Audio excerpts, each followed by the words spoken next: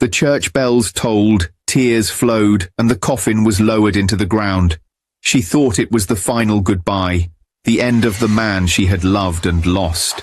But just as she clutched the folded program in her trembling hands, her phone buzzed. One message, one line. "I'm alive. Don't trust anyone." Her blood ran cold, her heart stopped. Was it a cruel prank, a ghost from the grave? Or had everything she thought she knew, the death, the funeral, the marriage, been a lie all along? Sometimes the greatest betrayals aren't in life, but in death. And sometimes the ones we mourn are the very ones we should fear. This is the story of a widow whose tears turned into questions, and the chilling discovery that changed everything. And today, it is being retold by me. Hello family, welcome back. Before we begin, I have a small but heartfelt request. Please subscribe. Your support is what keeps these stories alive. Every time you click that button, you're helping us share voices that would otherwise be forgotten and stories that deserve to be heard. And in the comments, tell us where you're watching from, because together, we are not just telling stories, we are keeping hope alive. The church bells tolled slowly, heavy as thunder rolling across the sky. Black umbrellas lined the graveyard, rain dripping down faces, though many tears in the crowd were fake. Emily Carter stood near the coffin, her black dress clinging to her in the damp air. Her hands shook as she held the folded funeral program.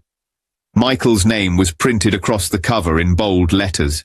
Beloved son, cherished brother, devoted husband. Her heart squeezed at that last part. To her it was true. To his family, it was a lie. She heard them whispering. She trapped him. She was nothing before Michael. Poor boy, ruined by a gold digger. Emily's eyes stung, not just from grief, but from shame. The words cut deeper than knives. She wanted to scream, to defend herself, but her throat locked tight. She had already learned that in the Carter family, the truth didn't matter. Only money and image did. Standing only a few steps away was Margaret Carter, Michael's mother. Tall, elegant, her pearl necklace gleaming like armor. Her eyes flicked to Emily with a sharpness that could slice glass. No sorrow in them, only cold judgment. When the priest finished, the coffin was lowered into the ground. Emily's chest burned. She thought this was the final goodbye, the last shred of Michael she would ever hold. Then her phone buzzed. She almost didn't look, thinking it rude during the burial, but the vibration wouldn't stop. Her trembling hands opened the message. "I'm alive. Don't trust anyone." Emily's breath froze in her chest. Her knees weakened, and she nearly dropped the phone into the mud. Her mind screamed, "What is this? A cruel prank?" She read the words again. Alive. Don't trust anyone. The world spun around her. She stared at the coffin, the dirt piling over it. Her husband was supposed to be inside. Could he really? Number. It was impossible. Margaret's voice snapped her back. "Don't just stand there like a fool," she hissed, close enough for only Emily to hear. "Wipe your face." "People are watching." Emily nodded weakly, clutching the phone to her chest. She couldn't show them, not yet. After the burial, the family gathered in the grand Carter estate for the wake. The mansion was dripping with wealth, crystal chandeliers, gold frames, marble floors. But Emily felt like an intruder in her own husband's home. Guests moved around her like she was invisible, offering condolences to Margaret but barely, glancing at Emily. She sat quietly in the corner, her phone hidden in her lap. The message burned in her mind. Across the room, Margaret's lawyer, Daniel Hayes, approached. He was slick, with perfect hair and a smile that never reached his eyes. He leaned down. "Emily," he said softly, "Margaret would like a word with you in the study." Emily's stomach twisted, but she followed. The study was dim, smelling of cigars and leather. Margaret was waiting behind the desk, her pearls gleaming under the lamp. "Sit," she ordered. Emily sat. Her pulse raced. Margaret folded her hands. "Let's not waste time." "You don't belong here, Emily." "You never did," Emily swallowed. I loved Michael. Love? Margaret scoffed. Don't flatter yourself. You were a distraction. Michael had a future, one that didn't involve a waitress from nowhere. Emily's face burned. I stood by him when no one else did, and look where that got him, Margaret said sharply. Her voice dropped, low and cold. In the ground, Emily gasped. How can you— Enough! Margaret slammed her hand on the desk. Daniel stepped forward, his smile gone. You will sign the estate papers tomorrow, he said. No arguments. You'll give up every claim to Michael's assets, every share, every penny. It all belongs to the Carter family. Not you, Emily shook her head, her voice trembling. No, Michael wanted me to have— Margaret leaned in, her eyes burning. Listen carefully, girl. Sign, or you'll regret it. You think Michael's death was tragic? Accidents happen every day. A young widow, alone. It wouldn't take much for you to disappear too. Emily's stomach dropped. Her hands went cold. Was that a threat? Daniel's smile returned, thin and cruel. You're smarter than you look, Emily. Do what's best for you. Margaret leaned back, satisfied. Sign the papers and walk away quietly. Or end up like Michael. Emily's blood froze. That was the moment she knew. Michael's family wasn't mourning him.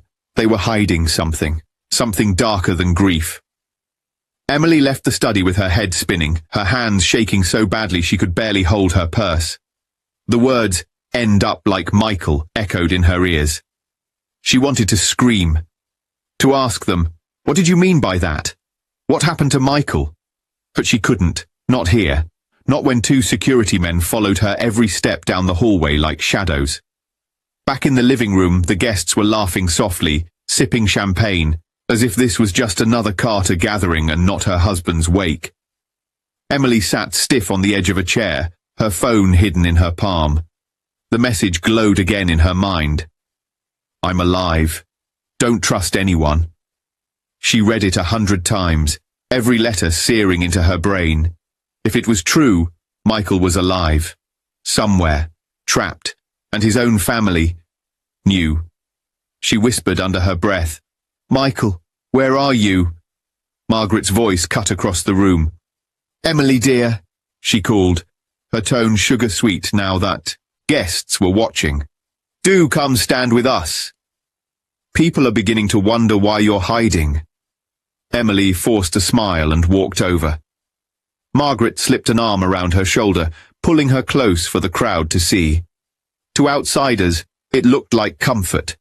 To Emily, it felt like a noose. Margaret whispered in her ear, her breath cold. Remember what we said. Smile for the cameras, or you'll wish you were buried with him. Emily's lips trembled, but she smiled anyway. That night, back in her small apartment, she sat in darkness. The city lights blinked faintly outside her window. Her dress was still damp from the rain, her mascara smudged down her cheeks. She pulled out her phone. The message still waited there. Her thumb hovered over reply. What if it wasn't Michael? What if it was a trick from the Carters, a cruel way to trap her? But her heart knew that voice. The words were him. Finally, she typed, Michael? Where are you? Please tell me it's you. She waited. Minutes stretched into hours. No reply came. She dropped her head into her hands. She had nothing. No money, no friends left. The Carters had turned everyone against her. Even the neighbors had started avoiding her. And now, Margaret had made it clear. One wrong move, and she could disappear too. Yet in the middle of that storm, Emily felt a spark. A tiny flame of hope. If Michael was alive, she wasn't crazy. She wasn't alone. And if the Carters were threatening her, it meant they were afraid. The next morning, a knock rattled her door. Emily flinched. For a second, she thought it was Michael. She rushed to open it, only to find Daniel standing with a briefcase. Good morning, he said smoothly, stepping inside without permission. We have documents for you. Emily stiffened. I told you.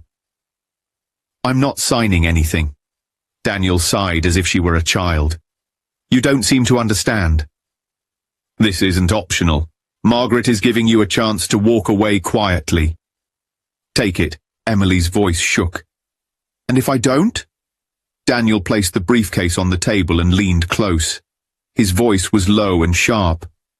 Then we stop asking nicely.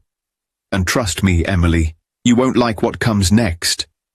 Her hands clenched into fists. Michael would never forgive you for this. He loved me. Daniel chuckled darkly. Michael isn't here to forgive anyone, is he? Emily bit her lip hard to keep the tears from falling. She couldn't let him see her break. Daniel slid the papers across the table.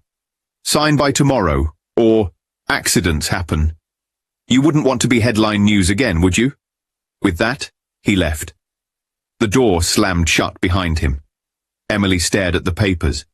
Her hands trembled, but her heart beat with something new. Anger. They thought she was weak.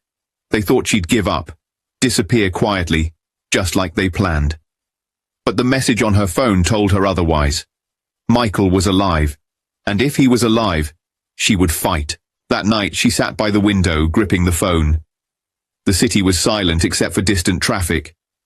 Her reflection stared back at her, pale, broken, but burning with something fierce. She whispered into the dark, I don't know how, Michael, but I'll find you. I'll find the truth. And when I do, they'll regret everything they did to us. Her phone buzzed again. A new message. Her heart leapt. Trust no one. They're watching you. Emily's breath caught in her throat. The flame inside her turned into fire. The Carters thought they had buried Michael. They thought they could bury her too. But this was only the beginning. If you haven't subscribed yet, we'd love for you to join our community by hitting the subscribe button. Through our stories, we build hope and give a future to children and women who have been abused all over the world. Motivate us by subscribing and turning on your notification bell so you never miss a story that matters. Also, let us know in the comments, where are you watching from, and how did this story speak to you? Emily lay awake that night, staring at the ceiling. Sleep refused to come. Her body was heavy, but her mind spun endlessly, replaying the funeral, Margaret's threats, Daniel's smug smile, and above all, the message still glowing on her phone. I'm alive. Don't trust anyone. She pressed the phone against her chest, eyes closed. If Michael was alive, why hadn't he come for her? Why hadn't he burst into the funeral and exposed them all? The questions gnawed at her, but one thing she knew for certain. If that message was real, the Carters were hiding something bigger than she could imagine. Her mind drifted back to the beginning. She remembered the first time she met Margaret Carter as Michael's wife. It had been a dinner in the mansion, the chandeliers sparkling, the dining table long enough for 30 guests, though only 4 people sat there. Emily wore her best dress, simple but neat. Margaret had looked her up and down once, then lifted her wine glass without a word. The silence stretched until finally Margaret said, Michael, tell me this is just a phase. Michael's fork clattered. Mother, please. You could have had anyone, Margaret continued, her eyes locked on Emily like she was dirt under her shoe. Victoria Hale was raised to be a wife for men like you. She comes from money, class, power. And you bring this. Emily's cheeks burned. Mrs. Carter, I love Michael. Margaret cut her off with a laugh sharp as glass. Love? Love doesn't build empires. Love doesn't pay debts. Victoria Hale does. Michael pushed back from the table, his chair scraping. Enough! I didn't marry Victoria. I married Emily. That's final. Margaret's smile was thin. You'll regret it, Michael. One day, you'll regret throwing your life away for a waitress with nothing. That night, Emily had cried in Michael's arms, but he whispered to her, Don't listen to them. You're my world, Emily. They can't change that. Now, lying in her dark apartment, she wondered if his mother's words had been a warning of what was coming. The Carters had started their war the moment Michael disappeared. Emily's bank accounts were frozen within a week. At the teller's desk, the woman had looked at her with pity. I'm sorry, Mrs. Carter. The estate placed a hold. You'll need authorization. Emily walked out of that bank shaking, feeling the ground crumble beneath her. When she returned home that night, her door was half open. She froze. Inside, drawers were yanked open, clothes thrown across the floor. Every picture of Michael was ripped, shredded like trash. Nothing valuable was stolen. They had left a message. "We can touch you whenever we want." Emily sank to her knees, clutching a torn wedding photo to her chest. Fear rose in her throat until she could barely breathe. The next morning, Margaret called. Her voice was smooth, almost sweet, but every word was poison. "Emily, dear, I hope you're comfortable in that little apartment." "Quite the step down from the mansion, isn't it?" "Why are you doing this?" Emily whispered. Margaret chuckled. "Because you don't matter. You were never his future. You're nothing without him."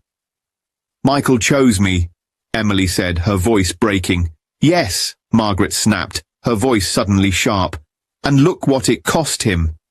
The line went dead. Emily dropped the phone on the floor and pressed her hands to her face. She couldn't live like this. Every day she felt more alone, more hunted. Even her neighbors crossed the street to avoid her, whispers spreading that she had ruined the Carters and driven Michael to his death. Then came a spark of hope. One afternoon she met her old friend Clara at a small cafe. Clara looked around nervously, as if someone might be watching. "You look awful," she said softly. Emily gave a tired smile. "That's the point. They want me broken. Then don't give them what they want." Clara leaned closer. "Fight back." "How?" Emily's voice cracked. "They've taken everything. I have nothing but a text message that could be fake." Clara's eyes were steady. "I know someone. A private investigator. He's not polished, but he's good, and he doesn't scare easy. His name is Harris." Emily's heart thudded. "Can I trust him?" "If you can't trust anyone else," Clara whispered, "trust me." That night, Emily met Harris at a quiet diner on the edge of town. He was in his 50s, his eyes tired but sharp. He stirred his coffee slowly as he listened. "So," he said, "you think your dead husband is alive?" Emily showed him the text. "Not think. No. This is Michael. Please, I need you to find him." Harris studied her face for a long moment. "The Carters don't play nice.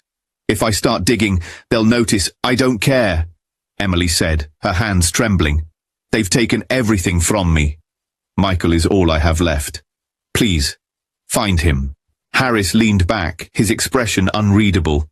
Then he nodded.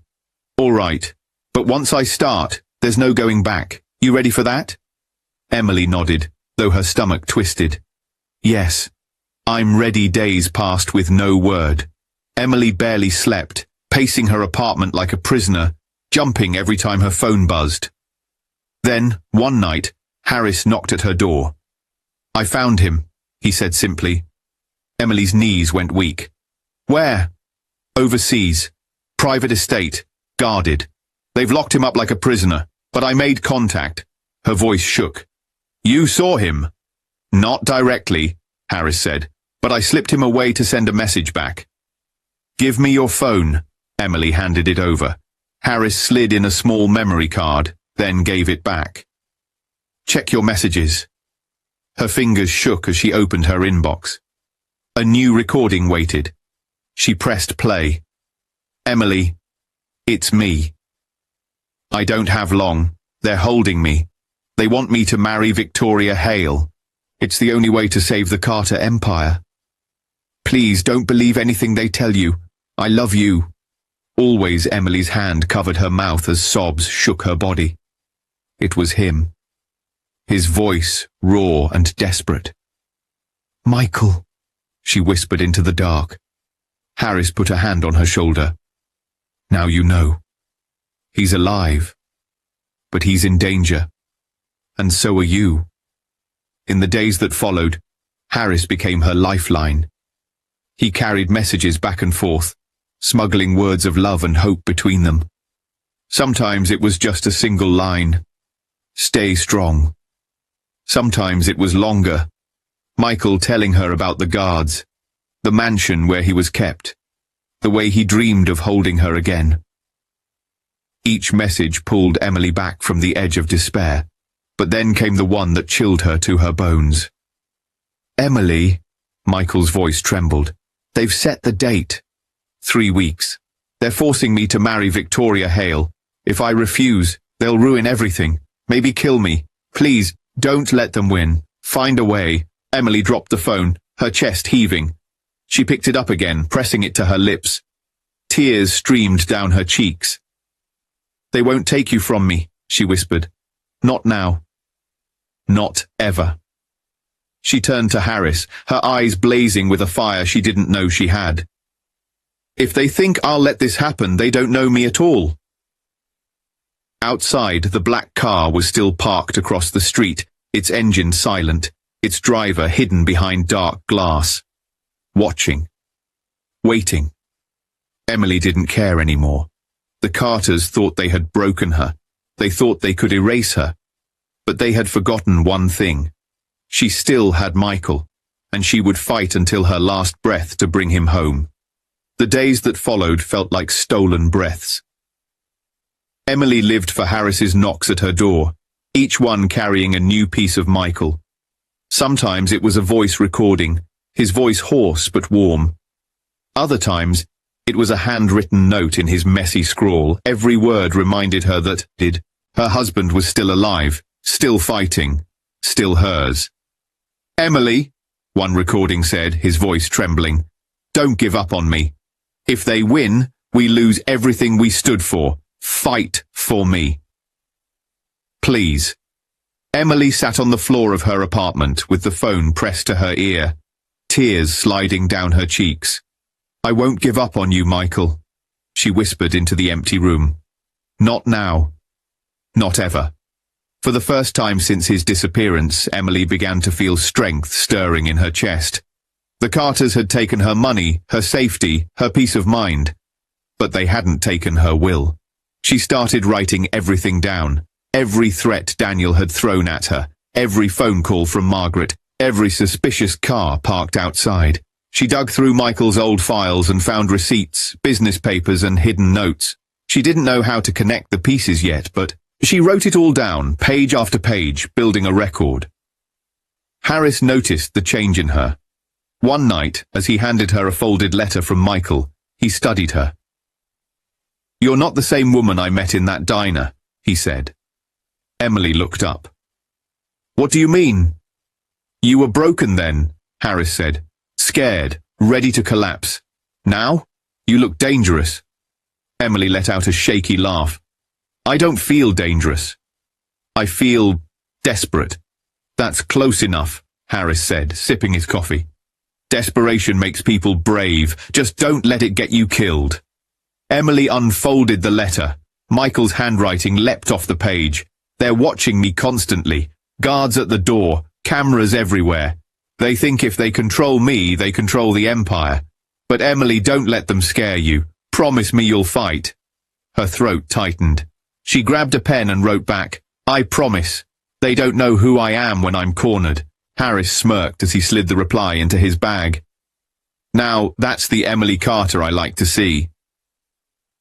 But the Carters weren't blind. Margaret was too smart, too ruthless. She began to notice Emily's silence. No public outbursts, no begging calls to the mansion, no desperate pleas to the press. To Margaret, silence meant danger. Late one night, Emily returned home to find two men standing by her door. Suits, earpieces, the Carter family crest on their cufflinks. Mrs. Carter, one of them said smoothly. We'd like a word. Emily's stomach twisted. I have nothing to say to you. One of them smiled. Oh, but we have plenty to say to you. They pushed into the apartment without waiting for permission. Emily's hands shook as they circled her living room. You've been very quiet lately, the taller one said. Too quiet. I'm grieving, Emily snapped, forcing her voice to stay steady. Funny, the shorter one said, picking up a photo of Michael. You don't look like a grieving widow. You look like a woman hiding something. Emily's chest tightened. She clenched her fists at her sides. The taller man stepped closer. Let me make this simple. Stop whatever it is you're doing. Stay out of Carter business. Or the next time we come here we won't just talk. Her breath caught. The men left as quickly as they came, slamming the door behind them. Emily's body shook from head to toe. She sank to the floor, covering her mouth with both hands to stop the scream building inside. A knock sounded minutes later. Emily froze, thinking they'd come back. But when she opened the door, it was Harris. He took one look at her pale face and the wrecked apartment and muttered, "Damn it. They're on to you. They said..." Emily's voice cracked. "They said they'll come back." "Harris, what if they kill me?" "Not on my watch," Harris said firmly. He pulled out a small recorder from his pocket and pressed it into her hand. "Next time they show up, record everything.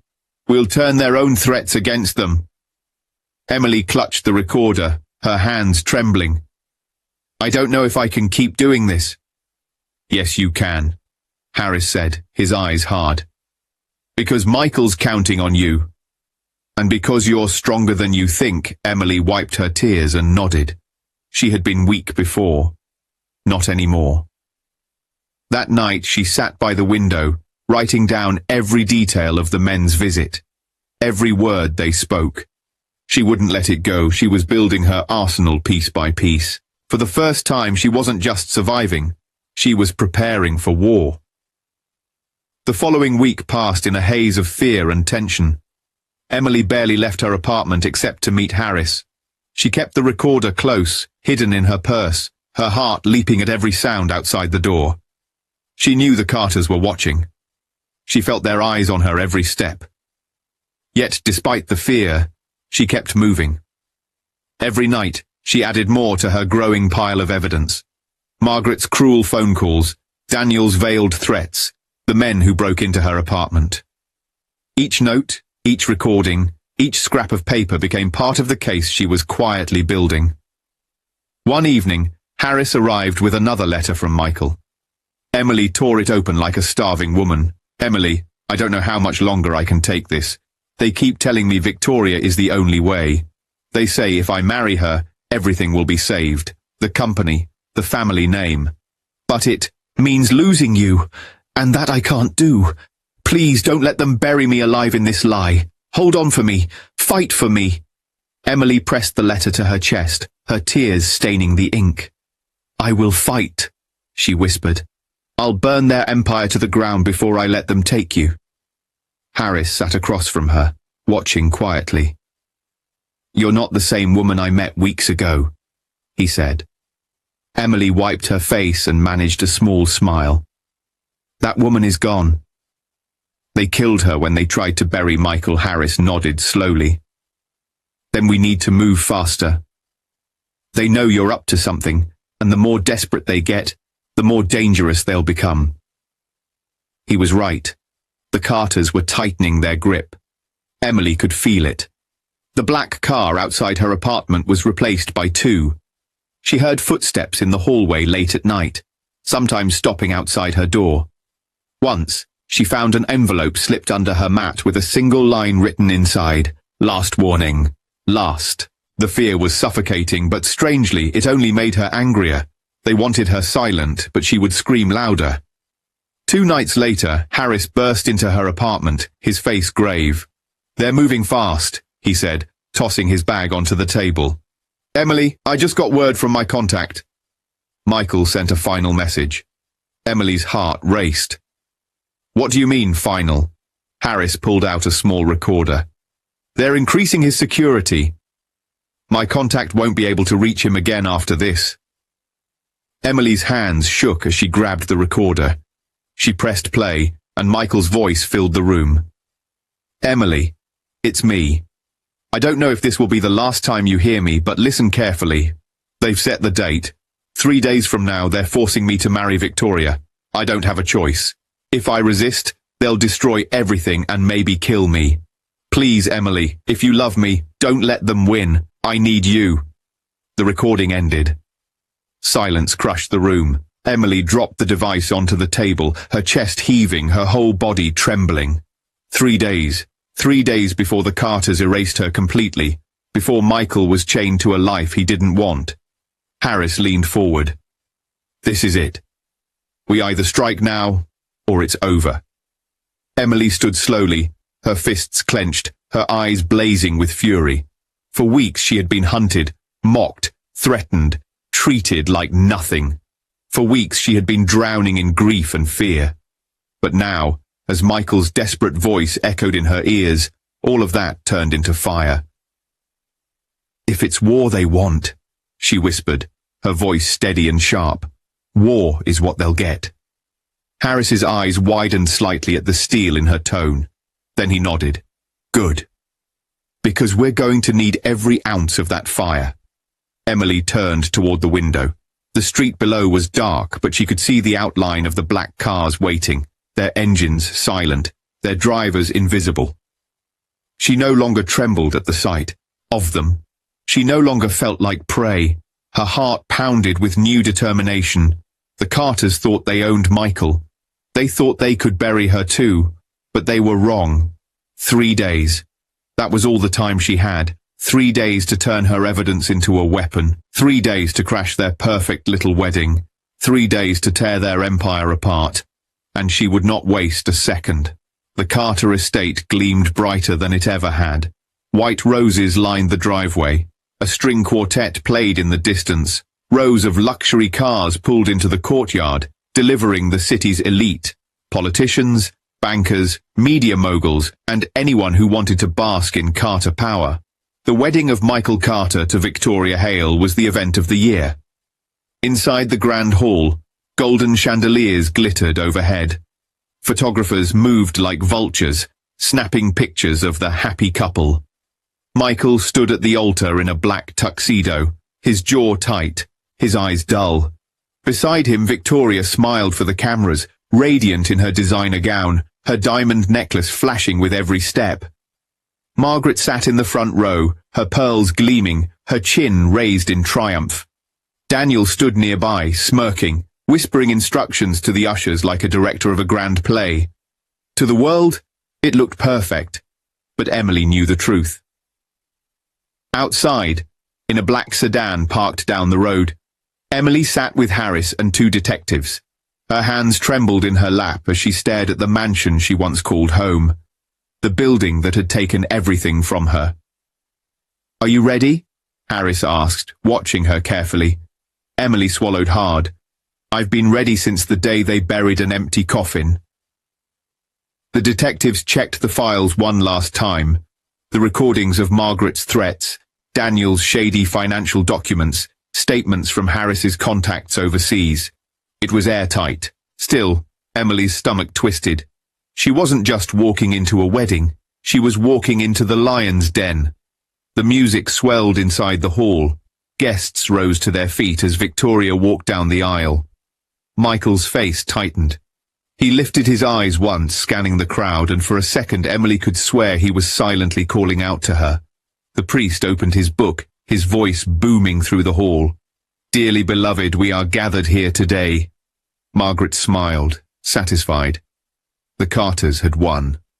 Emily was gone, erased, and Michael was theirs again. But the storm was about to break. Just as the priest asked, "Do you, Michael Carter, take Victoria Hale?" The double doors at the back of the hall slammed open. Gasps filled the room. Emily Carter stood there dressed in black, her hair pulled back, her eyes blazing with fire. Behind her, Harris and the detectives strode forward, flashing badges.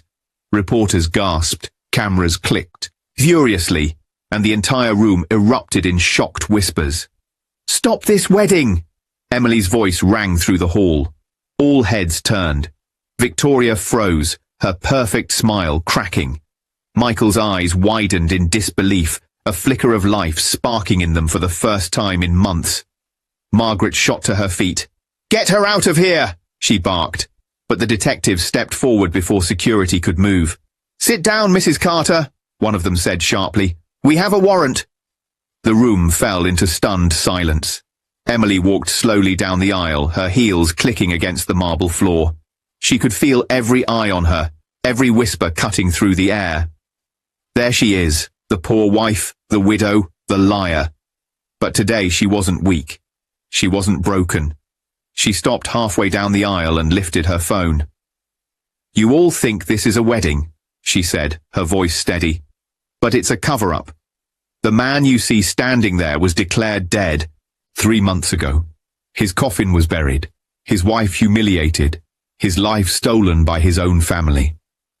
Gasps rippled through the crowd. Michael's hands clenched at his sides, his eyes burning with both shame and relief.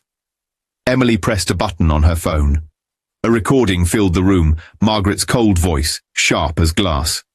"Sign the papers and walk away quietly, or end up like Michael." The crowd erupted in shocked whispers.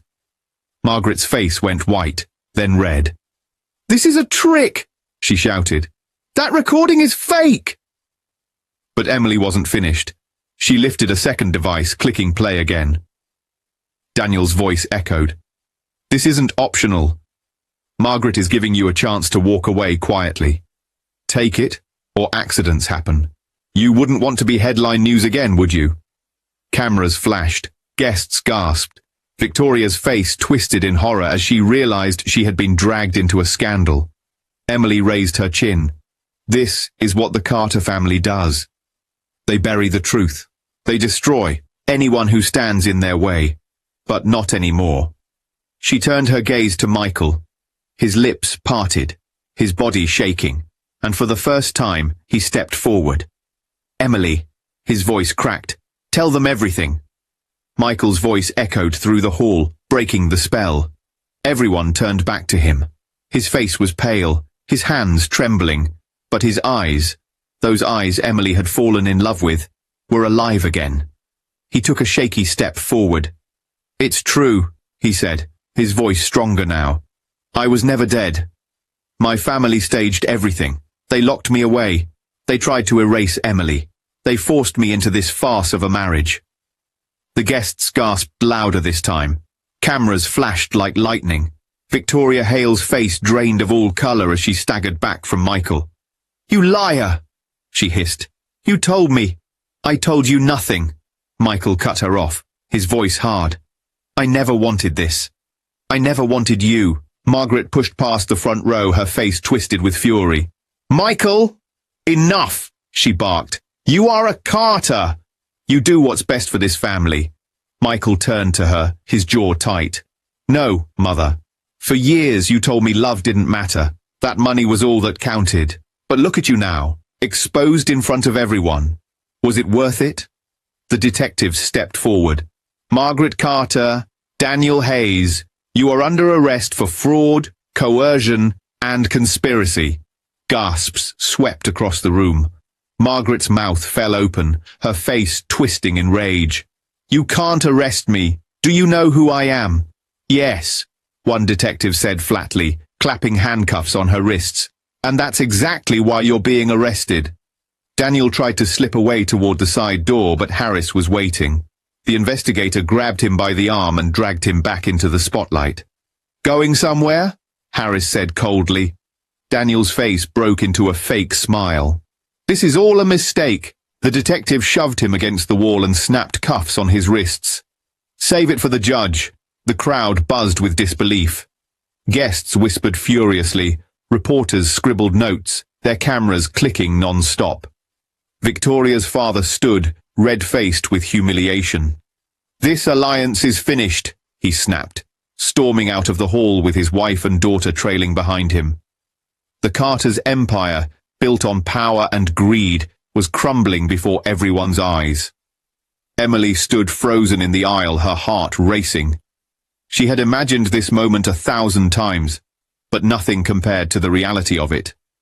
Michael walked toward her step by step until he stood only inches away. His voice was low, raw. "You saved me, Emily. I don't deserve you, but you saved me." Her tears spilled over, but this time they were tears of relief. She touched his cheek, feeling the warmth of his skin, the proof that he was real. I never stopped fighting for you, she whispered.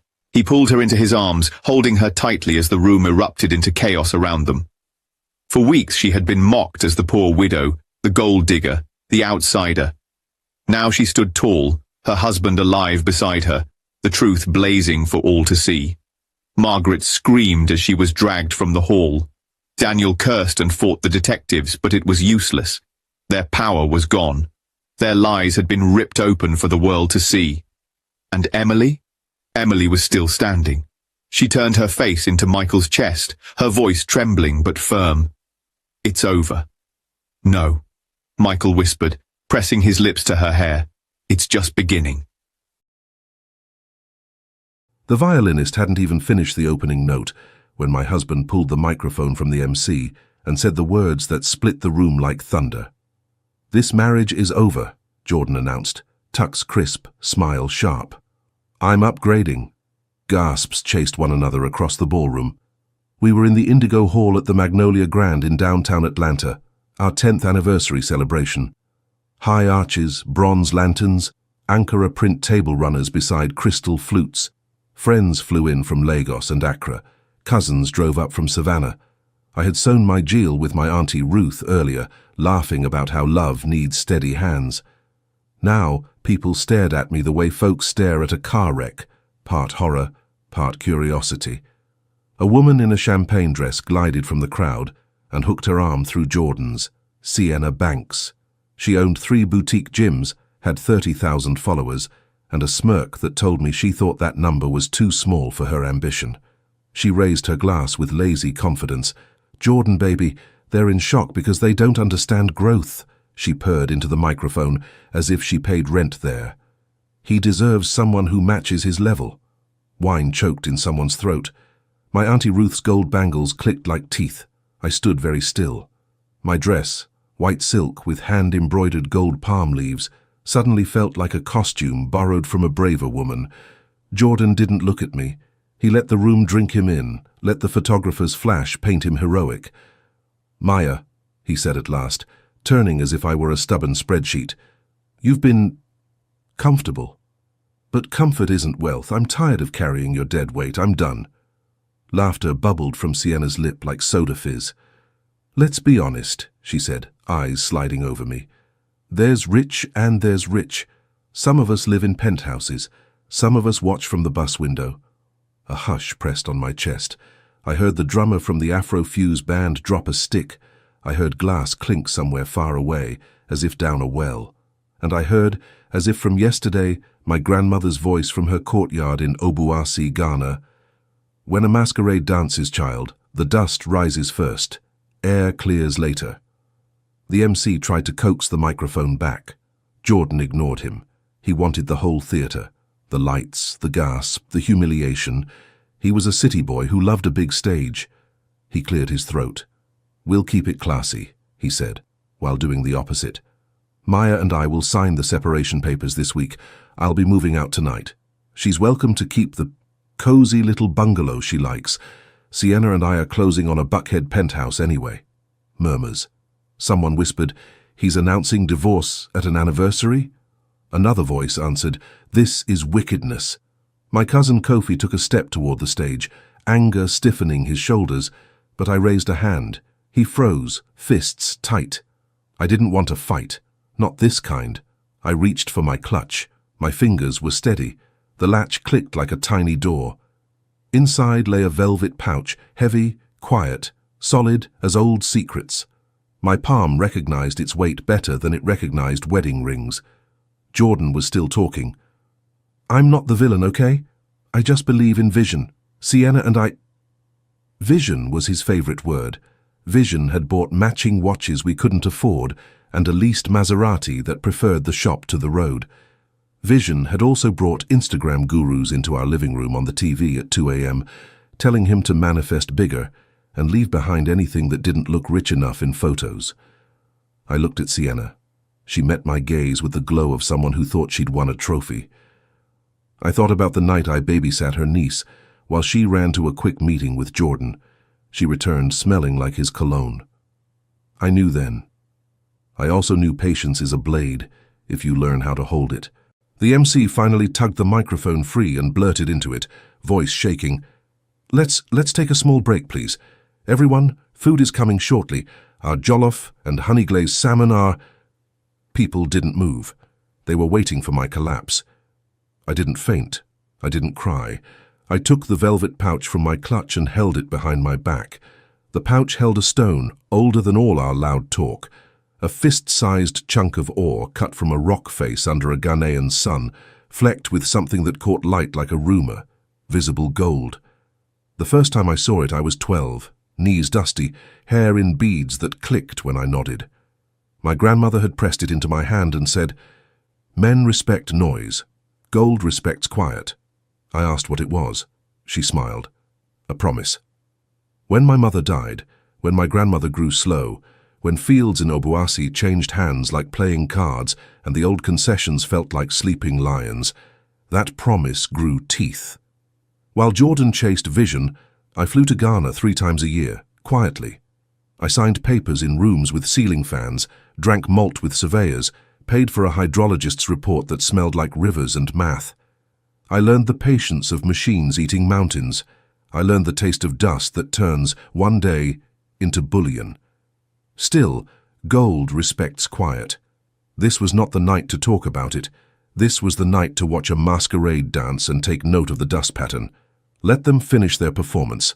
Let every eye see who they chose to be in the moment they thought I had nothing. Sienna's laugh rose, thin and bright.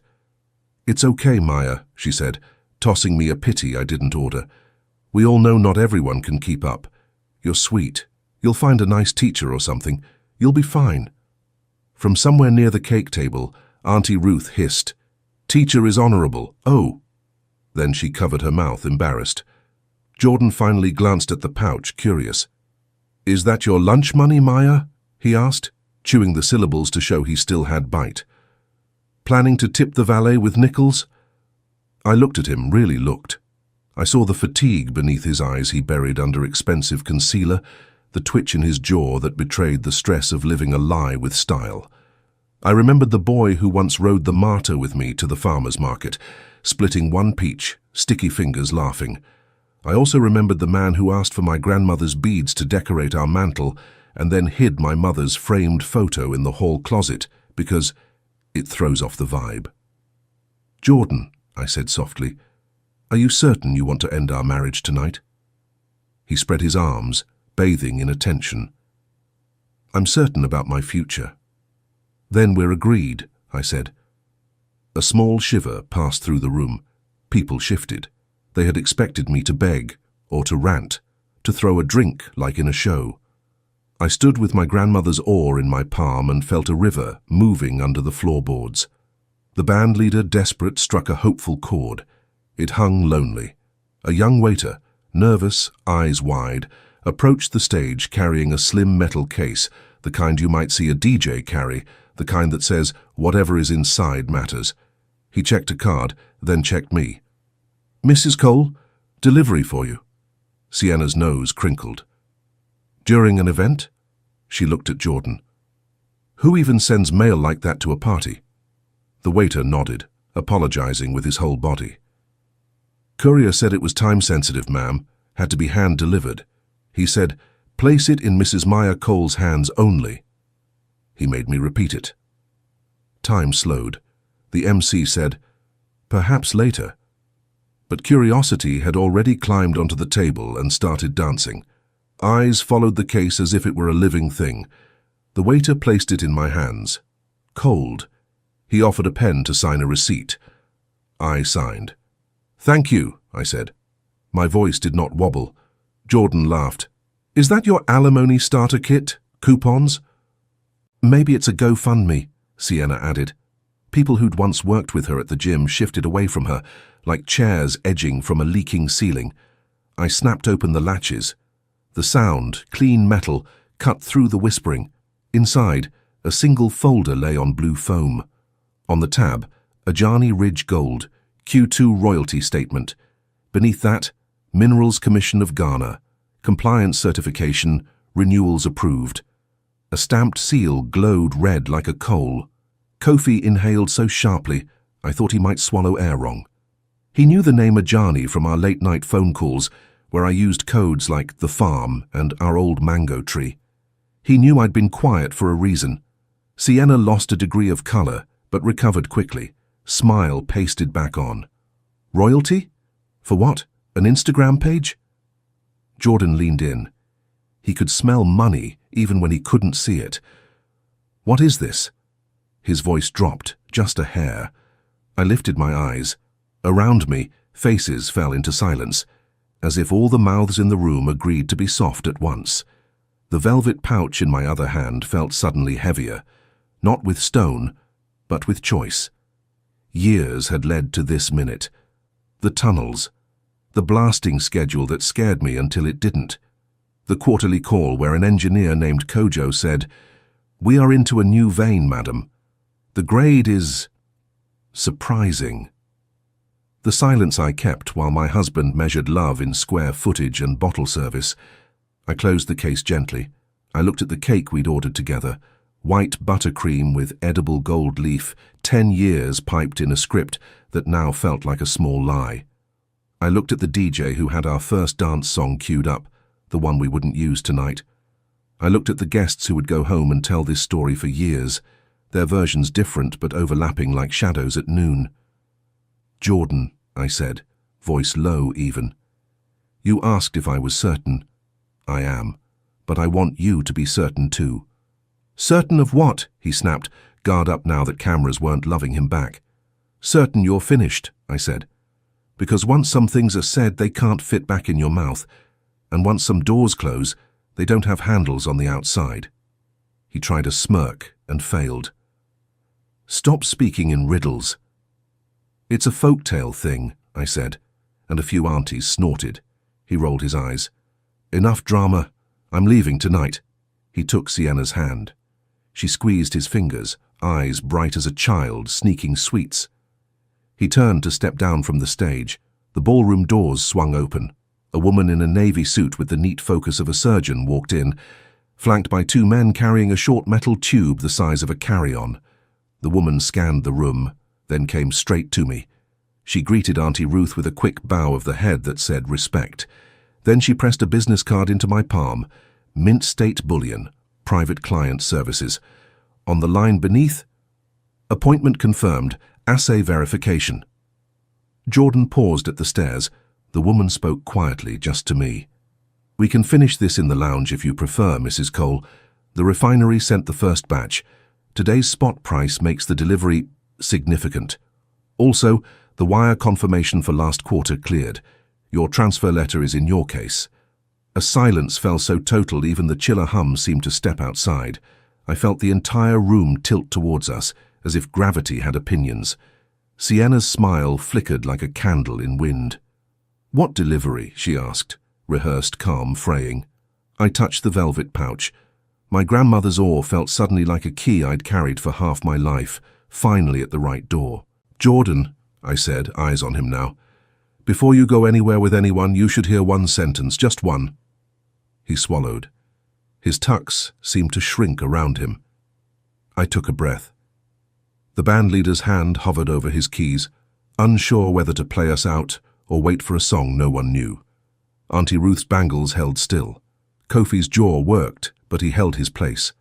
I slid the minerals commission letter from the folder, the seal unbroken, the ink still cold.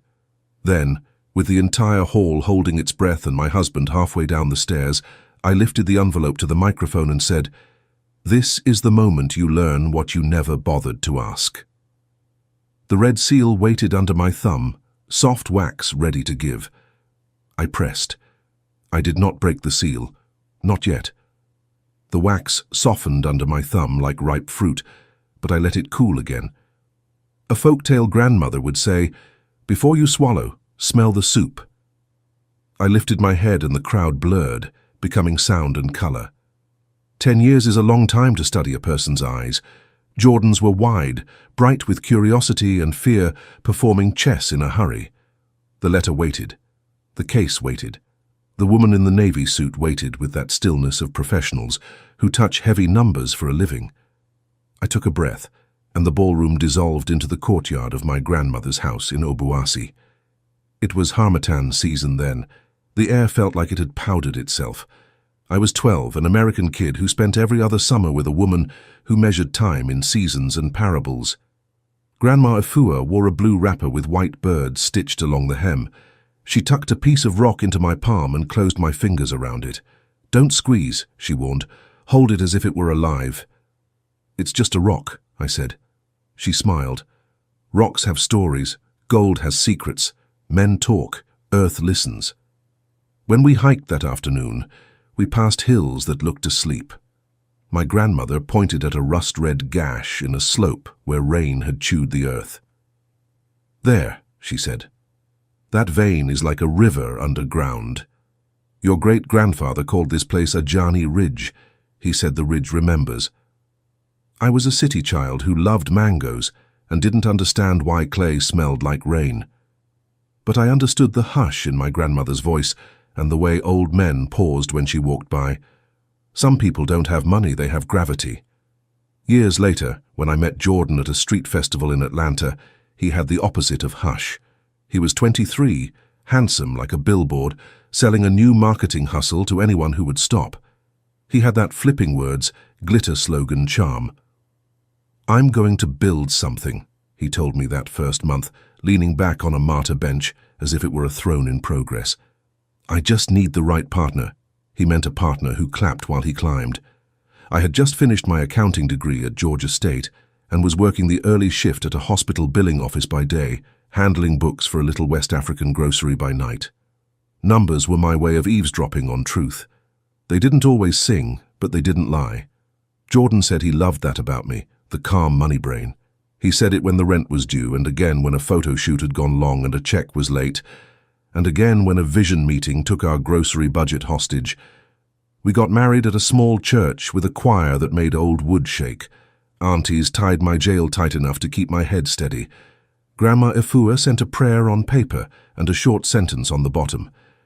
"Remember, Ajani, quiet water runs deep." Jordan and I were good for a time. There was laughter, and weekends in Piedmont Park, and mornings we shared one plantain, and remembered our hunger like a friend who made us humble. But a certain kind of hunger grows teeth when it stares at other people's plates. He wanted, no, needed, any room to know he was the most interesting person in it. The first time I flew back to Ghana after our marriage, I told Jordan I was taking Auntie Ruth to visit her sister in Kumasi. He kissed my forehead and asked me to bring home something cool and antique for the coffee table, nothing that looks too village. I smiled and said, "Okay."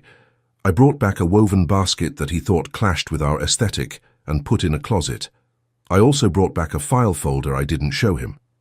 I met a lawyer named Mensa in a small office with a slow ceiling fan and walls crowded with framed permits. He spoke plain and careful, like a man measuring flour. "We will do this clean," he said. "No shortcuts with Minerals Commission, no quarrel with chiefs. Family land is history, we will respect it."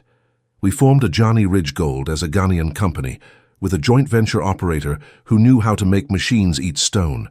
I set up a U.S. holding trust in my mother's maiden name, with Auntie Ruth as co-trustee. I took early calls from a metallurgist who talked about grade like a person talks about love.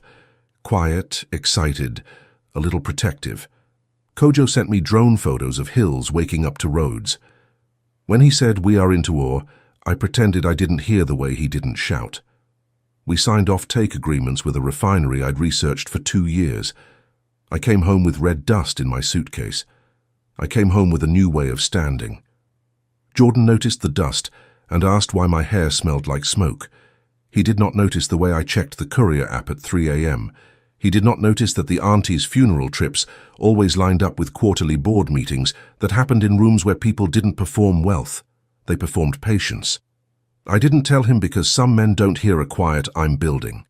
They only hear a loud "I have built," and if you tell them too early, they'll try to move your foundation to fit their selfie. When Sienna floated into our lives, she did it like a fragrance that looks innocent on the bottle and violent in the room. She met Jordan at her gym's Founders Fitness mixer. She had an athlete's stride and a shark's eyes.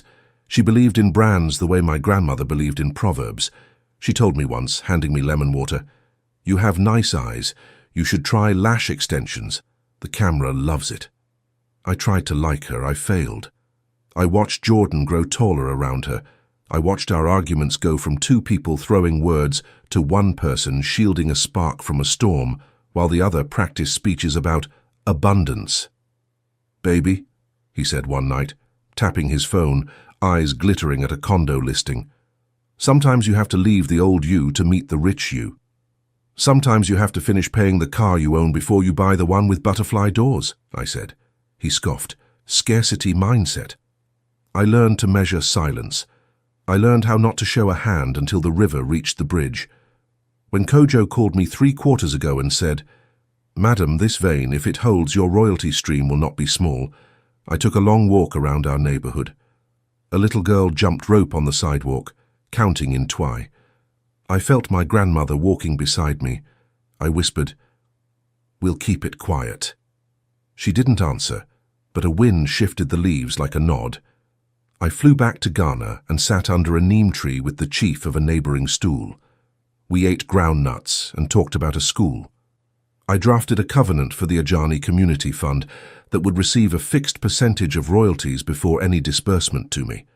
Auntie Ruth insisted that clause be bold. "A tree grows taller when its roots drink first," she said. I added another clause, the marital opt-out on counsel's advice, not because I planned to leave Jordan, but because any lawyer who has watched people change around money tells you to write medicine before the sickness.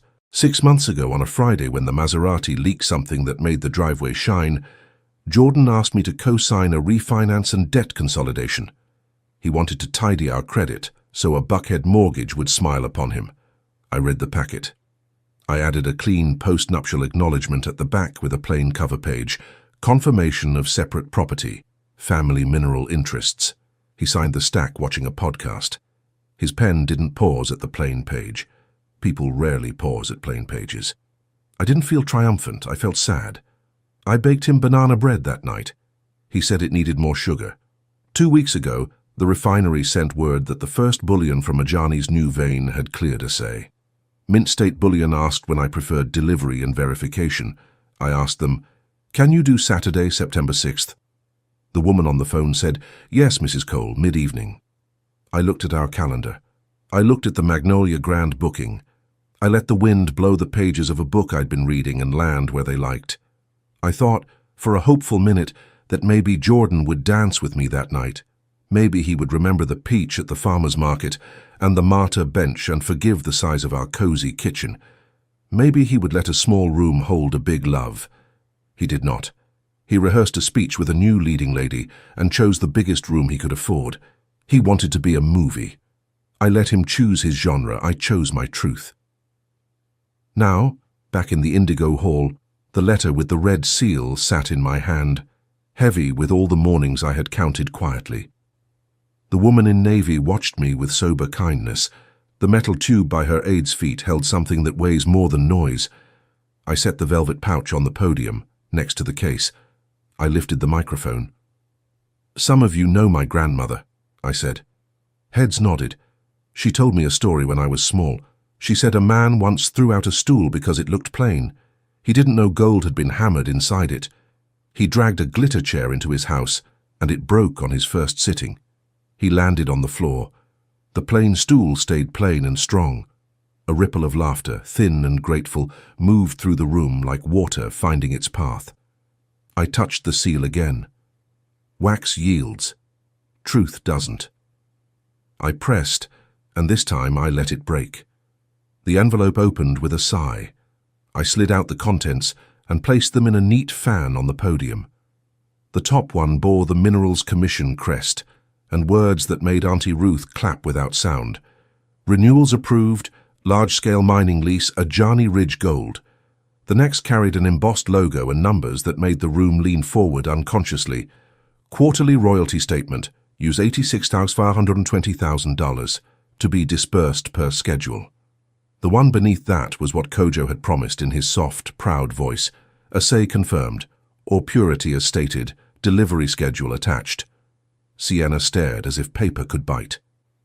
"This is a prank," she said too high. Jordan's face tried on 3 expressions and settled on board. "Baby, you could have printed those off Canva." I smiled. Then your pen did a beautiful job signing Canva. His eyes flicked to the last document in my hand.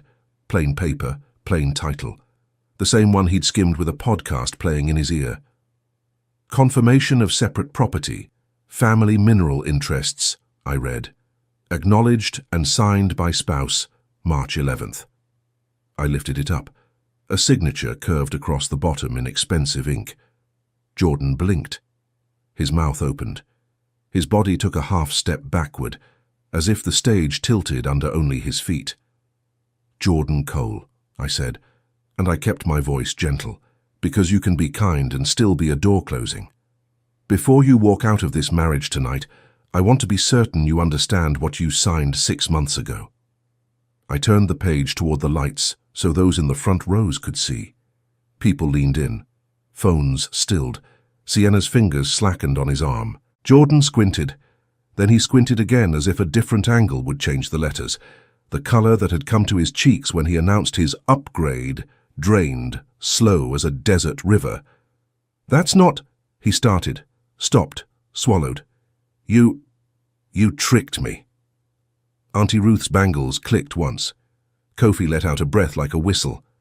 "I asked you to read," I said, still gentle. "You told me you trusted me." He grabbed for bluster and found it hollow. "I'm not bound by some homely paperwork." The woman in navy cleared her throat, professional, precise. "If I may," she said to me, and then to the room. "Our firm only releases to the titled account holder and designated trustees. There is no spousal access attached to these mineral interests, per the notarized acknowledgement which we have on file." She held up a copy. Jordan's signature looked very much like his signature. The room did a strange thing then. It breathed, not a gasp. A slow exhale like relief and shock had agreed to share a chair. Sienna recovered first, spine sugar stiff. "It doesn't matter," she said, too bright. "Jordan doesn't need your dusty rock money. We have our own moves, we have investors." She looked at him for confirmation and found none. He was staring at his name on the line where he'd put it, baffled that ink could be so loyal. I slid one more paper free from the folder. I hadn't meant to use it tonight. I had planned to file it Monday morning when I had sunlight and tea and a clear desk. But nights have their own timing. "This," I said quietly, "is a notice of separation I asked my attorney to hold until I told him otherwise." Whispers ticked like rain on a roof. Jordan's eyes snapped to mine, pleading and proud, warring inside. I lifted the pen the waiter had given me with the courier receipt.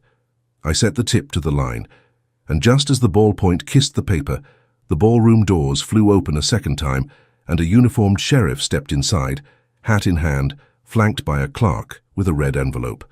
He looked over the gathered faces, found Jordan, and said in a voice that carried to the back tables, "Mr. Cole, you've been served." The sheriff's boots echoed against the marble floor as he strode forward, his hat held respectfully under one arm. He wasn't rushed, but he wasn't slow either. Just steady, like a man who had walked into many rooms and handed over bad news wrapped in good paper. Behind him, the clerk carried the red envelope high enough for all to see. It had a wax seal of its own, though this one bore the mark of the county court. Jordan's bravado slipped another notch. He let go of Sienna's hand without meaning to. The hush that fell on the room wasn't the silence of awe this time. It was the silence of a community waiting for the fall of a drumbeat, a silence that smelled of judgment, thick and unavoidable. The sheriff stopped at the bottom of the stage and cleared his throat. "Mr. Jordan Cole?" Jordan swallowed, forcing a smirk back onto his lips. "What is this? Some mistake? I don't know what circus you're running here, Maya, but—" "It's not a circus, sir," the sheriff interrupted. His voice was calm, with the weight of someone who carried authority not by volume but by law. He lifted the envelope, glanced at the clerk, and then back at Jordan. "These are court documents. You've officially been served." The words dropped like stones in water. Ripples spread across the ballroom. Guests leaned toward one another, whispering in disbelief.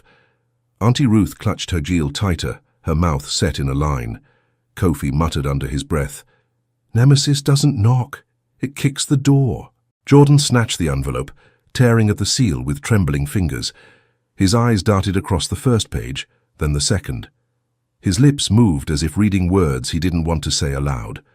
The color drained from his cheeks, and sweat beaded along his hairline. "What is it, Jordan?" Sienna asked, her voice shrill now. She tried to peek over his shoulder, but he angled the papers away from her. "Tell them, say it's nothing." But his voice failed him. The sheriff, still standing firm, supplied the answer in his measured tone. "Mr. Cole, you're being sued for fraudulent misrepresentation in connection with several failed investor partnerships. 3 plaintiffs have filed jointly. The papers also note outstanding debts exceeding $200,000, with liens pending on assets registered in your name." The room gasped again, louder this time, sharp like a sudden clap of thunder. Jordan staggered back a step. That's not possible. My lawyer—" "Sir," the sheriff said, "the documents speak for themselves." He tipped his hat politely to me, then to Auntie Ruth, and turned to leave with his clerk. Duty discharged. The door closed behind them. The music hadn't dared to return. The ballroom air felt electric, as though lightning had struck, and everyone was waiting to see if the roof would hold. I stayed still, microphone in hand, watching Jordan flounder. This was not the moment for triumph. It was the moment for truth. "You disgraced me tonight," I said quietly, though every corner of the hall heard me. "You thought I had nothing. You thought comfort was weakness. You thought wealth was measured by the glitter on someone's dress or the square footage of a penthouse." He opened his mouth, but nothing came out. His fingers crumpled the court papers, his chest rising and falling in panic.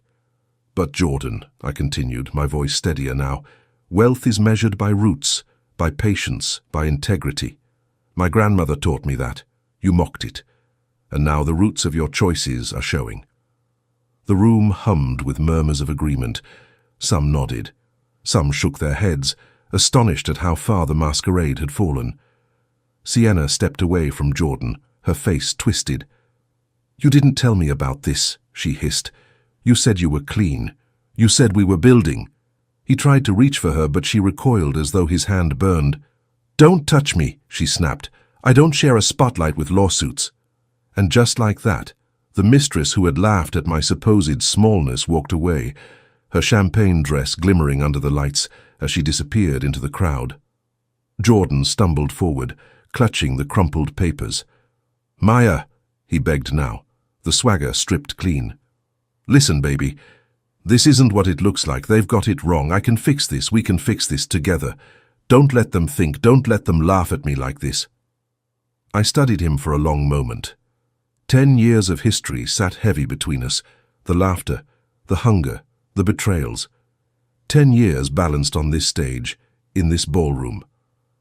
I leaned closer to the microphone. My voice was soft, but it cut through the silence like a blade. "You were worried about them laughing at you, Jordan. But tonight the only thing people will remember is how you laughed at me." I stepped back, my hand still resting on the folder of goldmine documents. His knees buckled slightly, and he sank onto the edge of the stage, head in his hands.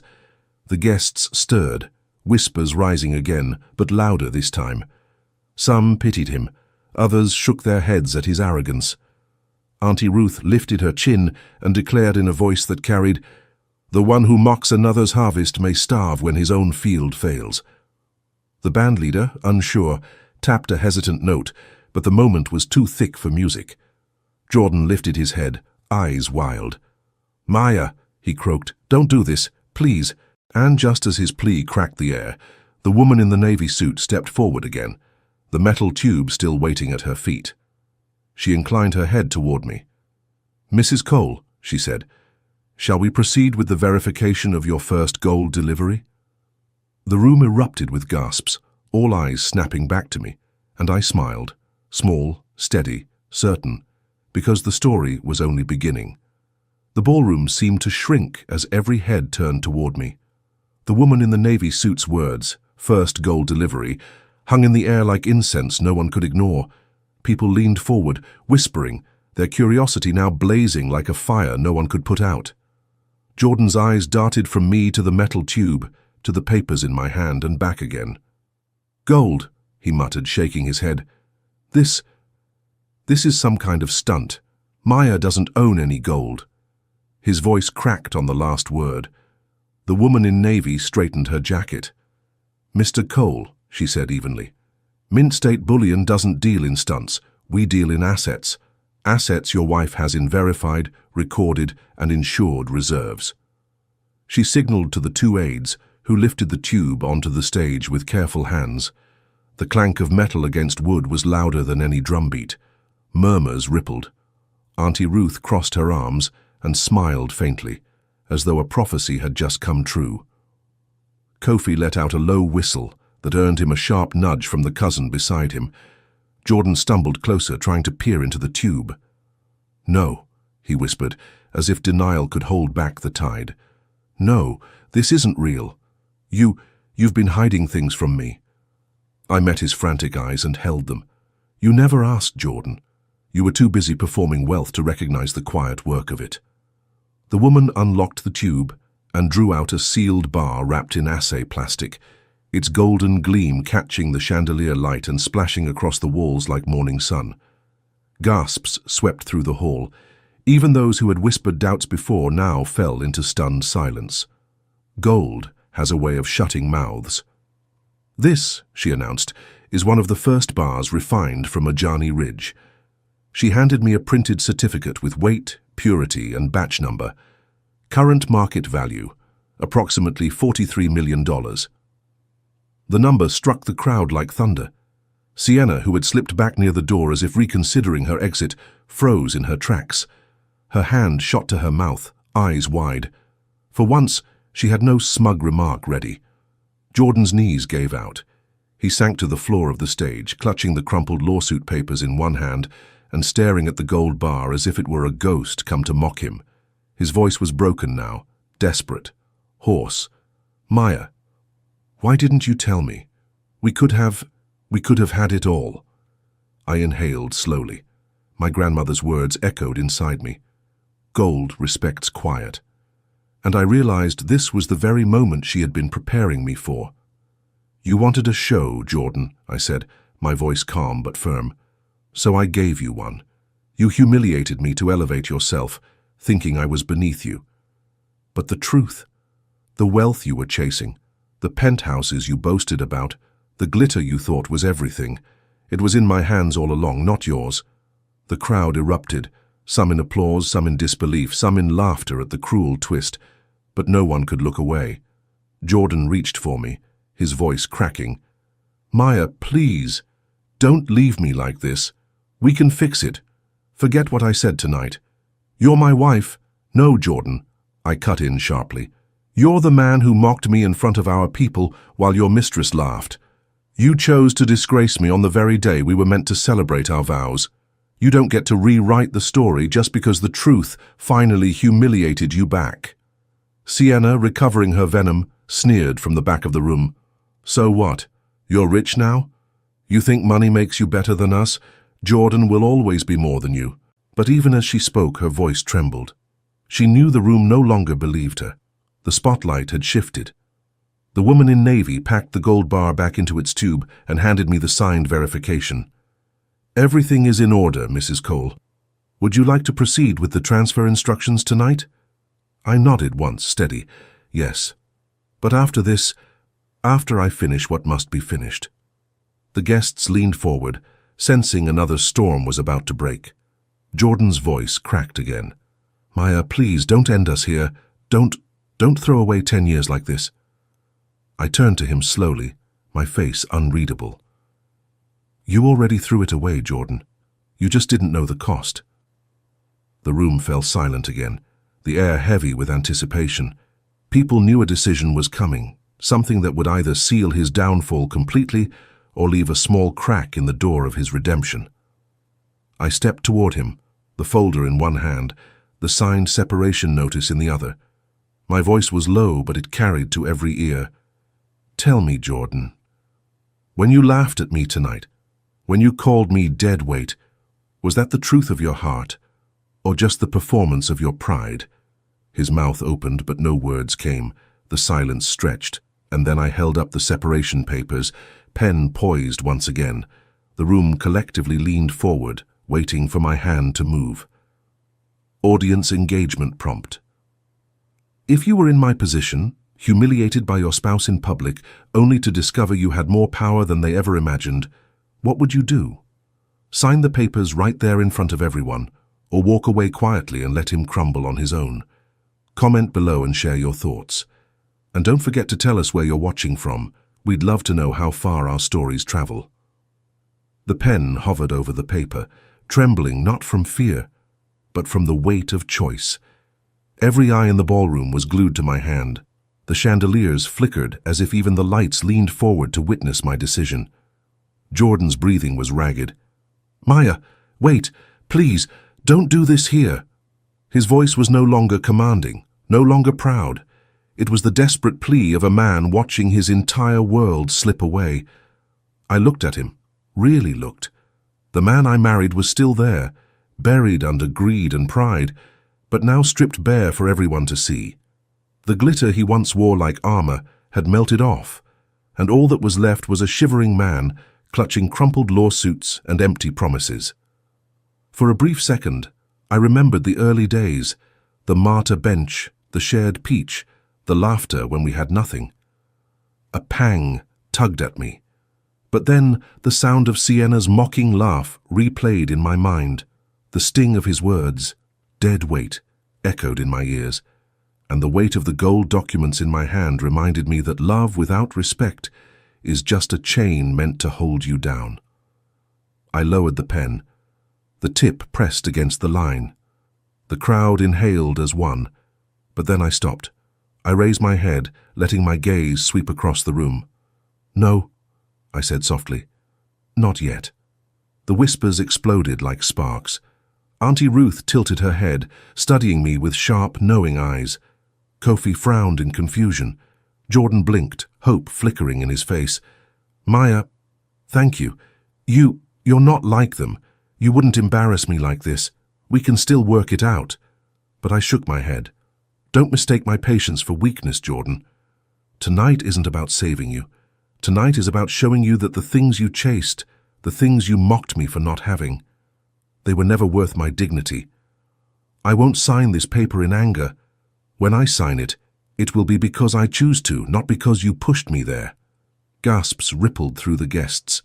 A few clapped, quietly at first, then louder, as others joined in.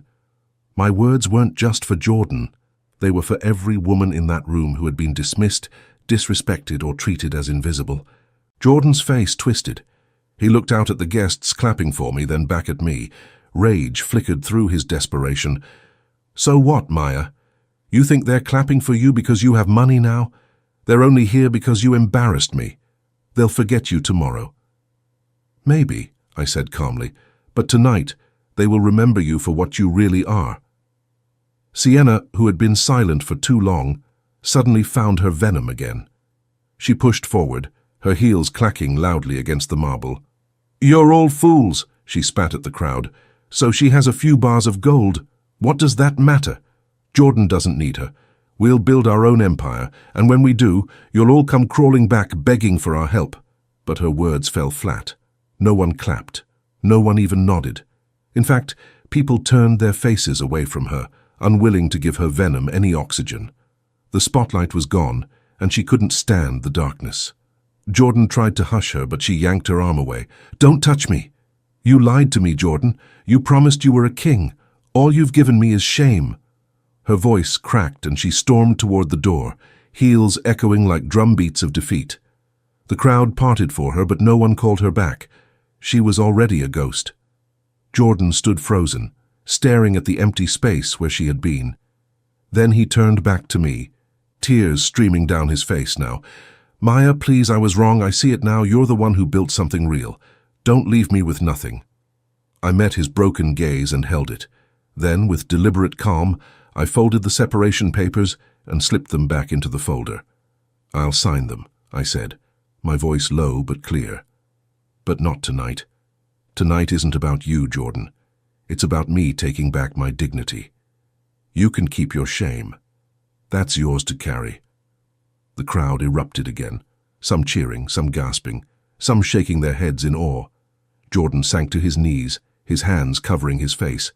His sobs echoed in the ballroom, but no one rushed to help him, not even the friends who once toasted his vision. I turned to the woman in navy who was still waiting with quiet patience. "Yes," I said, steady and unshaken. "Let's proceed with the transfer instructions." She bowed her head slightly, then gestured to her aides to follow her out. I walked with her, the case of gold documents pressed firmly against my chest.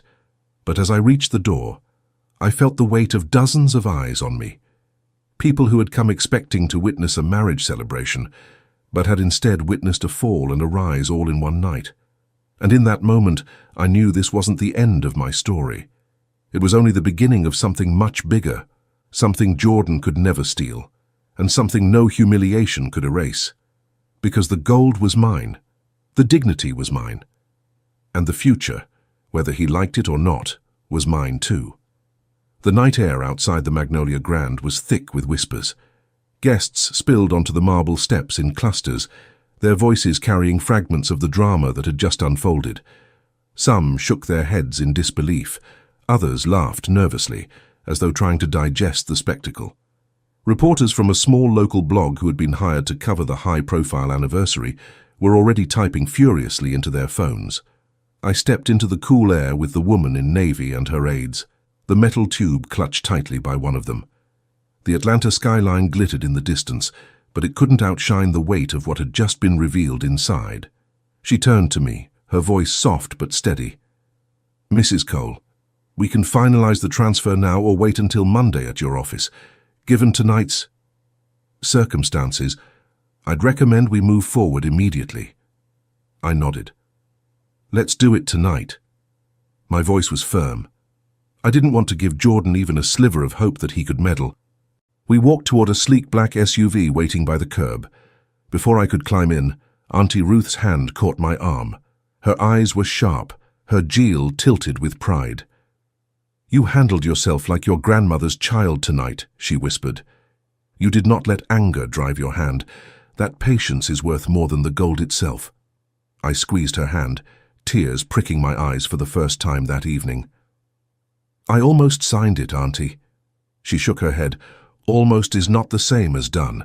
The river that rushes too fast loses its way. The one that flows steady finds the ocean." Her words grounded me. I climbed into the SUV. The woman in navy slid beside me, opening her laptop on the console. The glow of the screen lit her face as she pulled up the disbursement dashboard. Rows of numbers filled the screen, royalty streams, spot price adjustments, wire confirmations. The digits swam before my eyes, so large they hardly looked real. "Mrs. Cole," she said, "as of this quarter, your net position stands at $712 million, excluding future deliveries. The next extraction schedule projects a 30% increase due to the newly confirmed vein. Do you wish to keep all assets in the trust, or would you like to allocate a portion for personal liquidity?" $712 million. My chest tightened. For years I had walked in silence, carrying the weight of this secret, doubting myself, fearing what exposure might bring. Now it was real in a way even I had not dared to speak aloud. "Keep it in the trust," I said firmly, "and ensure the Ajani Community Fund gets its share before anything else. My grandmother's name must always stand clean." She smiled faintly, typing swiftly. "Done." The SUV pulled away from the Magnolia Grand, leaving the noise of shocked guests and Jordan's crumbling pride behind. But just as I began to breathe, my phone buzzed. Unknown number. Against my better judgment, I answered. "Maya," Jordan's broken voice rasped through the line. "Don't hang up, please." I froze. For a moment, the sound of his voice carried me back to the man I had once loved, the man who made me laugh when I had nothing. But then I remembered his smirk, his insults, his mistress's mocking laugh. "You should be resting, Jordan," I said coldly. "You have lawsuits to prepare for." "This isn't about the lawsuits," he pleaded. "It's about us. I know I made mistakes. I was blind. But you can't walk away like this. We built 10 years together.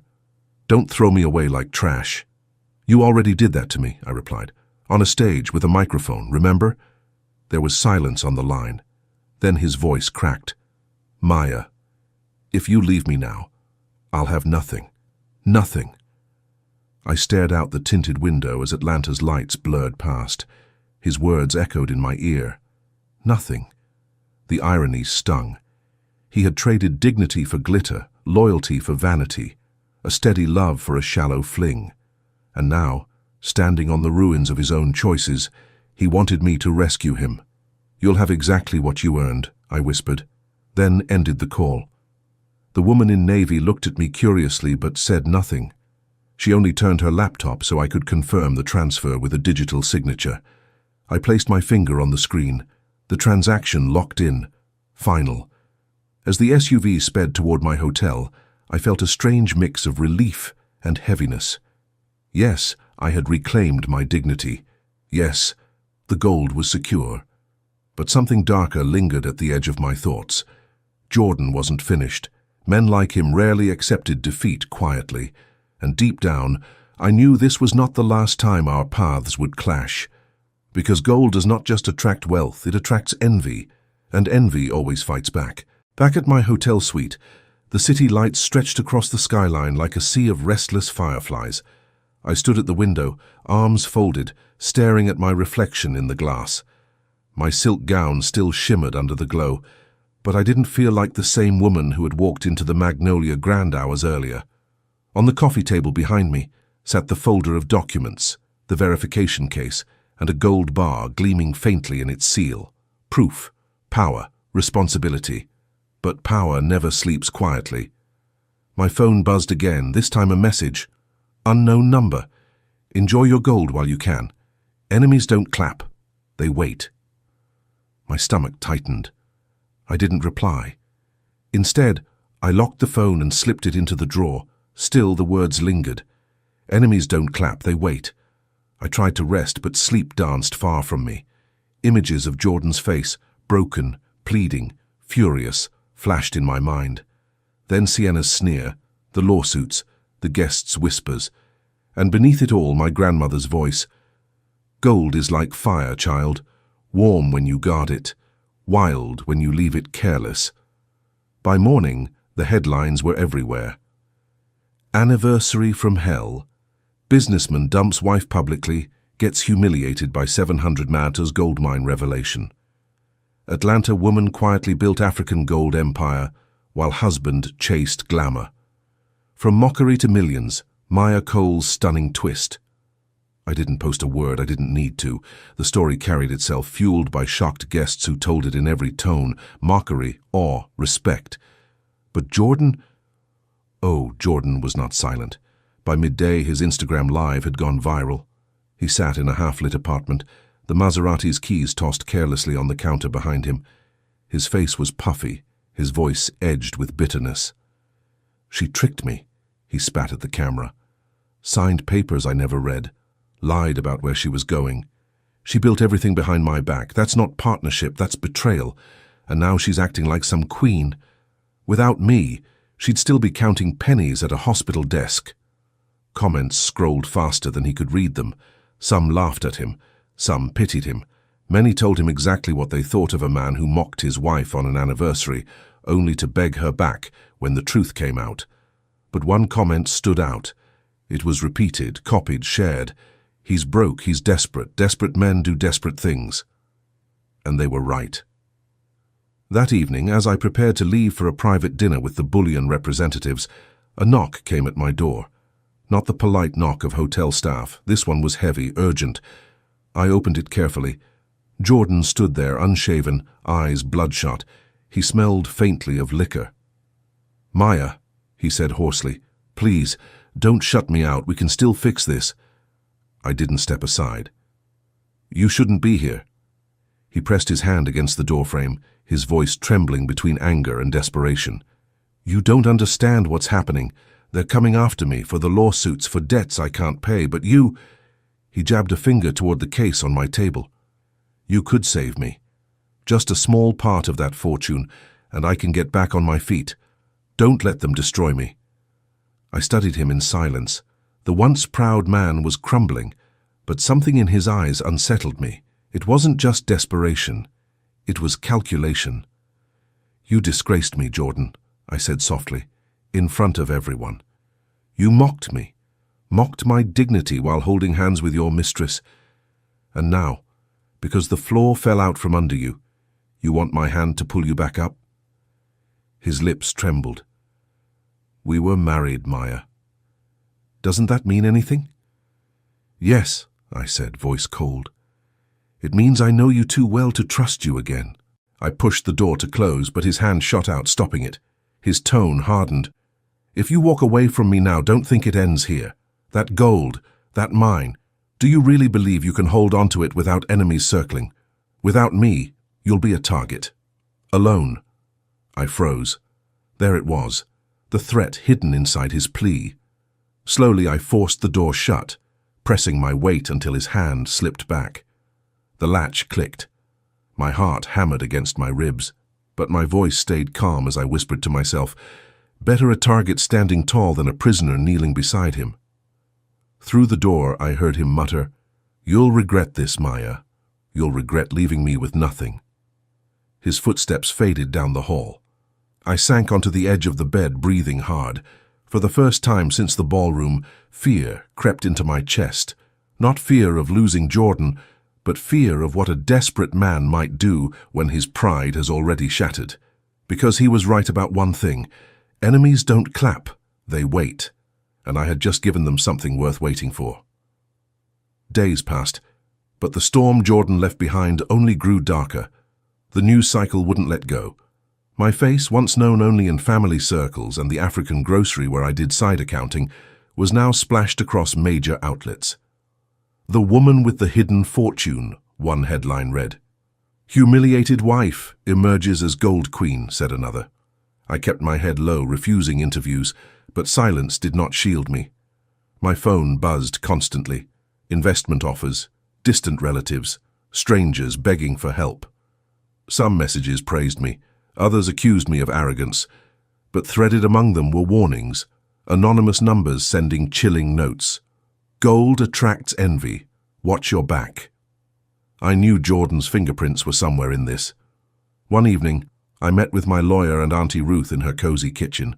The smell of pepper soup lingered, warm and grounding, as the three of us sat around the wooden table. "He's desperate," my lawyer said flatly, shuffling through papers. "The lawsuits are real, Maya. He's drowning. I wouldn't be surprised if he tried to come after you legally, even though he signed away all rights." "He won't just come after her legally," Auntie Ruth cut in, her bangles clinking as she stirred her tea. "Men who lose pride don't fight fair. They claw, they bite. He will try to destroy what he cannot control." I leaned back, pressing my palms together. "He already threatened me. At the hotel. He said I'd regret leaving him with nothing." Silence fell heavy across the table. My lawyer's brow furrowed. Auntie Ruth shook her head. "That boy is playing with fire," she muttered. "And fire doesn't know the difference between hand and house." 2 nights later, my fear proved right. I was returning from a meeting with the bullion firm when headlights flared behind my car. Too close, too aggressive. My driver cursed under his breath as the SUV swerved, trying to force us off the road. Horns blared. My chest seized with panic. "Who is that?" I shouted, gripping the seat. But before I could get an answer, the SUV cut in front of us, brakes screeching. Tires screamed against asphalt. My driver swerved hard, barely avoiding a crash. When the SUV finally sped off into the night, I caught a glimpse of the plates, covered with mud. Whoever it was, they didn't want to be traced. My hands shook as we drove on, but deep in my bones I already knew. Desperation had a driver's seat, and his name was Jordan. The next morning, photos surfaced online. Grainy shots of me outside the bullion office, captioned with lies. "Maya secretly launders gold money. Community questions Cole's ethics." The smear campaign had begun. I slammed the laptop shut, my heart pounding. Auntie Ruth touched my shoulder gently. "This is only the beginning," she warned. "He is trying to turn envy into a weapon." I clenched my fists. For years I had hidden my strength, but now the world knew, and so did my enemies. I would need to stand taller than ever before, not just for me, but for the legacy my grandmother entrusted to me.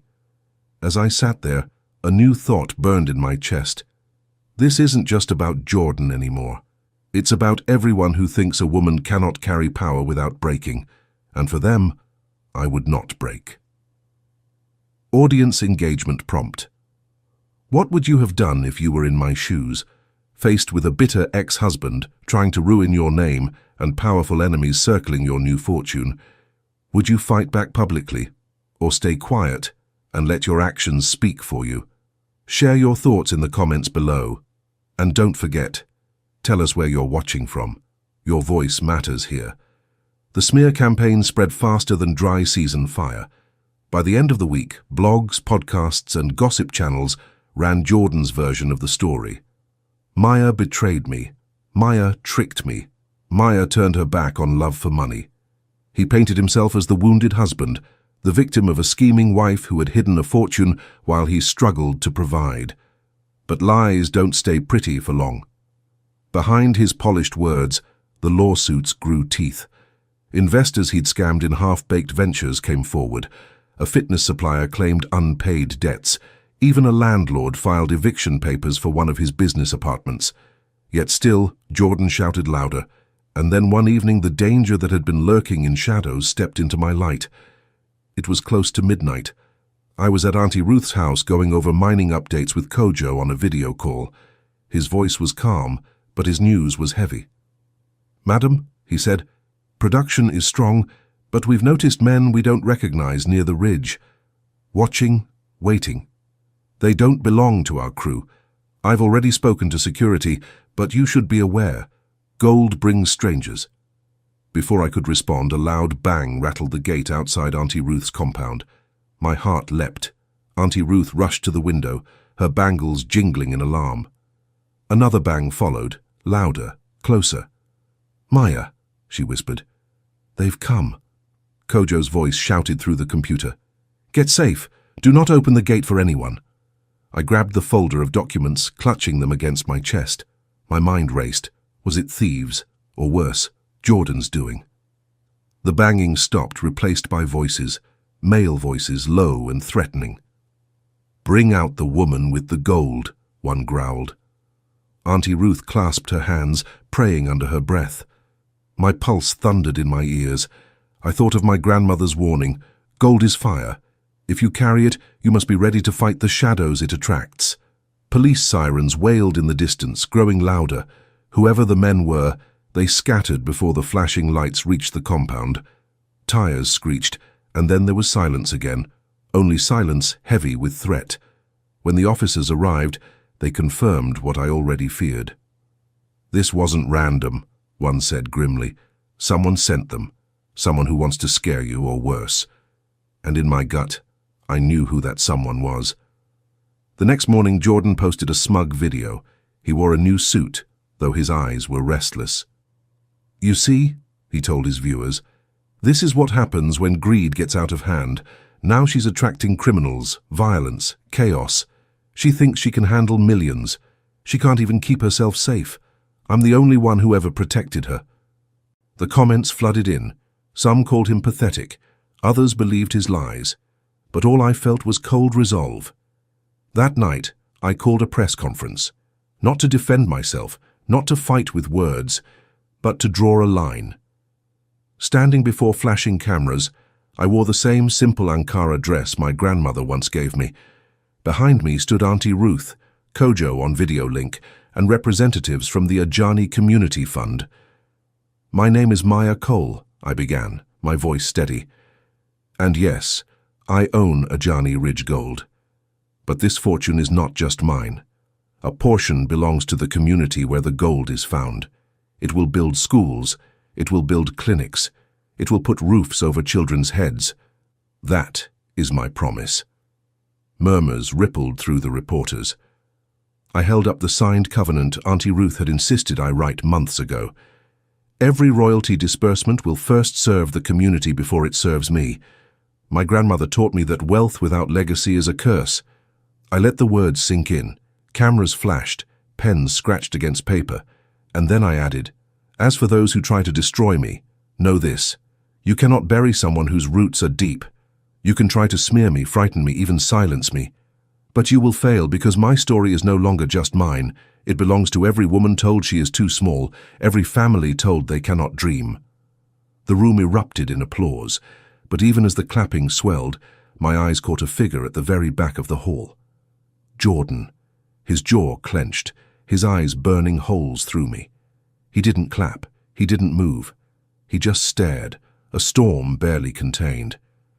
I knew then, this battle was far from over, because a desperate man with nothing left to lose is more dangerous than an enemy with everything to gain. The storm came sooner than I expected.